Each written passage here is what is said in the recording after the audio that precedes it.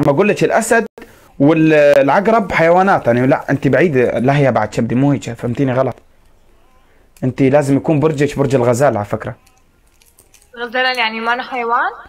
لا الغزال شوفي حيوان مو مفترس، اما هذنيش حيوانات مفترسه. مم.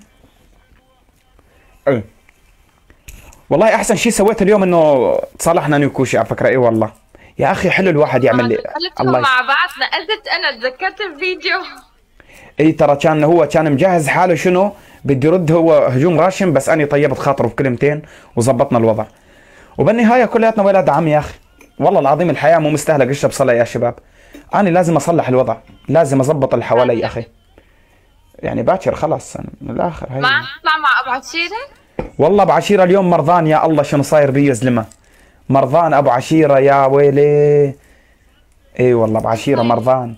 مرضان مرض خطير اليوم. اليوم حكيت معاه قال لي ابو سلطان مرضان، بس مرضان مرض مرض، هو مرضان يا زلمه. ما ادري شنو صاير معاه. هو كل اسبوع كل اسبوعين